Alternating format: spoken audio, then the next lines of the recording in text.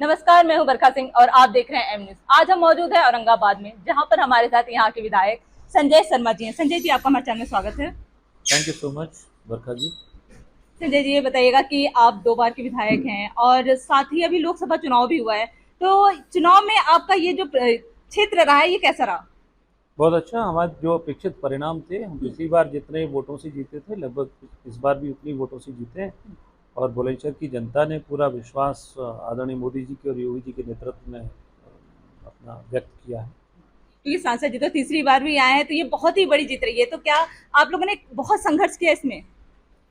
देखिए, हम लोग तो विशेष तौर पर ये ध्यान रखते हैं कि हमारे लिए चुनाव आखिरी 1 महीने का नहीं होता। हम पूरे 5 वर्ष चुनाव ही लड़ते हैं और चुनाव का मूल मंत्र ये है कि आप 5 वर्ष निरंतर जनता के संपर्क में रहिए, उनकी चिंता करिए, उनके विकास के काम करते रहिए, तो आपको कोई कभी भी चुनाव नहीं लगेगा।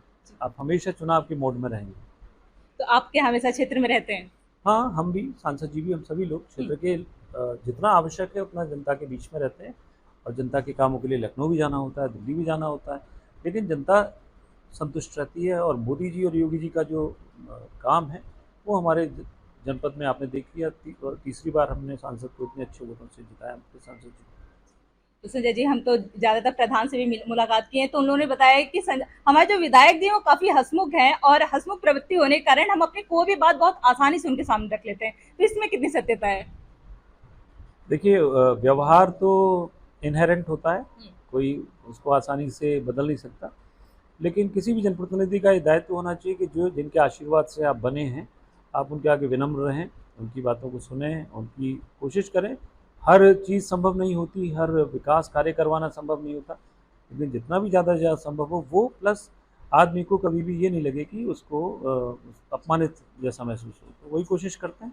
क्योंकि ज्यादातर ऐसे विधायक जनता बाहर उनके ऑफिस के बाहर लाइन लगाई होती है, पर उनके पास टाइम तक नहीं होता।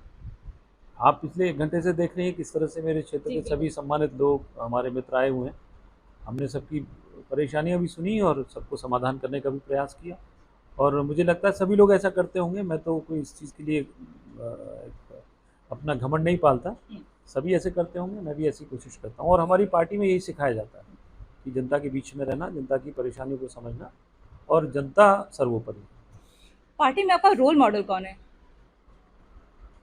देखिए, हमारी तो पार्टी पंडित दीनदयाल उपाध्याय जी की और श्यामा प्रसाद मुखर्जी जी के जो मूल मंत्र हैं उस पर है और हम लोग अंत्योदय को दिमाग में लेकर के चलते हैं और उसी का कारण है कि आज मोदी जी की जितनी 150 से ज़्यादा योजनाएं हैं वो गाँव तक के हर एक गरीब व्यक्ति के लिए हैं। ऐसा पहली बार हुआ है कि देश की सरकार में हर गरीब व्यक्ति के लिए कुछ न कुछ, चाहे वो मजदूर हो, किसान हो, महिला हो, युवा हो, व्यापारी हो, किसी भी वर्ग का हो, उसको जो उसके अधिकार जिनसे वो अभी तक वंचित रहा है, 70 वर्षों में वंचित रहा था, वो उसको कैसे मिलें, इसका प्रयास निरंतर सरकार करती है। तो हमारे तो वही आदर्श हैं और उन्हीं आदर्शों पर हमारे मोदी जी और योगी जी चल रहे हैं। इस बार जैसे एक नारा था कि अब की बार 400 पार, तो ये तो नहीं हो पाया, तो आपको क्या लगता है ये कमी कहाँ से आई है? देखिए, जब भी कोई व्यक्ति किसी भी परीक्षा में जाता है तो अपना एक लक्ष्य लेकर के चलता है। हर परीक्षार्थी सोचता है मैं परीक्षा में 90 नंबर लेकर के आऊँगा, 80 लेकर के आऊँगा। कभी 80 सोचता है तो 90 आ जाते हैं, कभी 90 सोचता है तो 80 आ जाते हैं। तो परीक्षा है, परीक्षा में बहुत सारी चीज़ें होती हैं और हर समय ये एक सतत प्रक्रिया है। हमेशा हमारी अपेक्षित चीज़ें नहीं होती।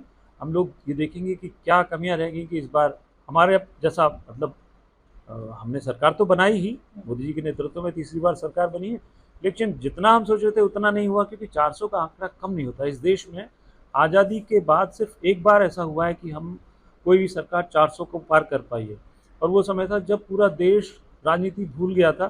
सब लोग, हमारे देश के प्रधानमंत्री जो थी इंदिरा गांधी, उनकी जो हत्या हुई थी उसके बाद लोग राजनीति भूल गए थे। पूरा देश एक ही उसमें था कि सहानुभूति की लहर थी राजीव गांधी के प्रति। उसमें ना कोई विकास था, ना कोई काम था, ना कोई मुद्दे थे। उस समय ऐसा हुआ, इसलिए 400 का जो लक्ष्य था बहुत कठिन लक्ष्य था, इसमें कोई दो राय नहीं है। इस बार नहीं हुआ, अगली बार होगा। मतलब हिम्मत नहीं हारना है। हिम्मत क्यों हारना है? हिम्मत नहीं हारना। जनता के, आपने देखा होगा हमारे प्रधानमंत्री जी ने फिर से वही उसी स्टाइल से उन्होंने अपनी तीसरी पारी शुरू की है, अपने लक्ष्य निर्धारित किए हैं, अगले 100 दिन का लक्ष्य निर्धारित किया है और जो इस बार नहीं हुआ अगली बार होगा। और ये जो मीटिंग हुई है इसका उद्देश्य क्या था? ये तो हमारी निरंतर जनसंपर्क की मीटिंग है। मैं समय समय पर अपने कैंप कार्यालय में बैठता हूँ, लेकिन कुछ स्थान मेरे कैंप कार्यालय से दूर भी पड़ते हैं, तो मैं जनता की, अपने साथियों की सुविधा को देखते हुए कोशिश करता हूँ कि अपने 4-5 पॉइंट्स हैं जहाँ कभी ऐसा हम बीच बीच में करते रहते हैं। मतलब इतनी गर्मी होने के बावजूद भी आप मतलब जनता के और जो भी आपके लोग हैं उनसे मुलाकात के लिए, आप सहायता के लिए उनके कहीं पर भी चले जाते हैं। जब हम वोट मांगने के लिए गर्मी में जा सकते हैं तो जनता की परेशानी सुनने के लिए गर्मी में आना चाहिए। बहुत बड़ी बात रही है। और कुछ अपनी जनता से कुछ कहना चाहेंगे?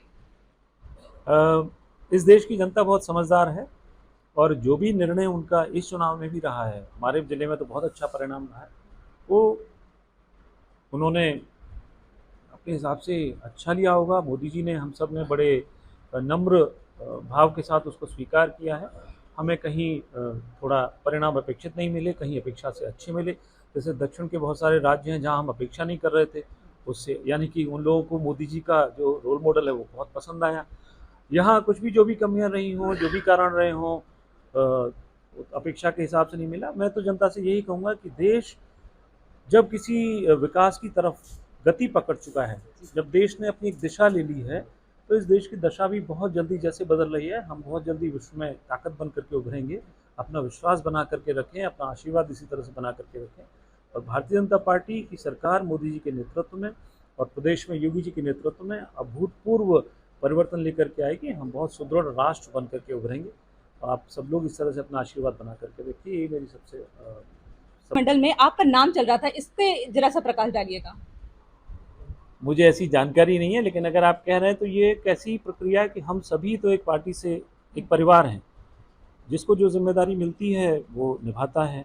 बहुत सारे हमारे शिवराज सिंह चौहान थे, मुख्यमंत्री थे, उनको जब कहा गया कि नहीं इस बार हमको किसी पार्टी ने डिसाइड किया तो दूसरे मुख्यमंत्री हैं, अब उनको नई जिम्मेदारी मिली तो वो इस देश के कृषि और ग्रामीण विकास मंत्री हैं। मेरा इतना सौभाग्य है कि इस पार्टी में 11 करोड़ कार्यकर्ता हैं, मैं उनमें से एक हूँ कि मुझे विधायक बनने का अवसर पार्टी ने दिया। ये मेरे लिए बड़े सौभाग्य की बात है। आगे जो भी अवसर मिलेगा हमें इसमें कोई वो नहीं, पार्टी जो निर्णय करती है सोच समझ कर करती है। अगर किसी और को बनाया है तो बहुत सोच समझ करके बनाया होगा, पार्टी के हित में बनाया होगा। हमको व्यक्तिगत हित नहीं सोचनी। पार्टी का विधायक होना, पार्टी का जनप्रतिनिधि होना अपने आप में बहुत बड़े सौभाग्य की बात है। जब जहाँ अवसर मिलेगा, जब जो आदेश होगा हम उसको पूरा करेंगे, आगे बढ़ेंगे। धन्यवाद हमें इतना समय देने के लिए। Thank you so much. आप भी काफ़ी दूर से आए हैं बरखा जी, इंटरव्यू लेने के लिए आपका बहुत बहुत धन्यवाद। ये थे हमारे साथ संजय शर्मा जी, जो कि औरंगाबाद में आए, इतनी भीषण गर्मी में आए हैं और जनता की जो सहायता उनसे होती बनती है वो करते हैं और सबकी समस्याओं को सुनते हैं। ये अपने में ही बहुत बड़ी बात है, क्योंकि आज के टाइम पे जो छोटे नेता होते हैं वो भी जनता को समय नहीं देते, पर ये विधायक होकर जनता को समय देते हैं और उनकी समस्याओं को सुनते हैं, उस पर निवारण भी करते हैं। और अब देखता तो रहना है कि आगे वाले 27 में अब क्या होता है। 2027 में ये आते हैं और कितने वोटों से जीतते हैं और ये क्या आगे क्या क्या योजनाएं जो हैं अपने क्षेत्र में लाते हैं। तब तक के लिए बने रहिए न्यूज़ के साथ, मैं बरखा Singh. If you like this video, hit the like button and press the bell icon to never miss an update from M News.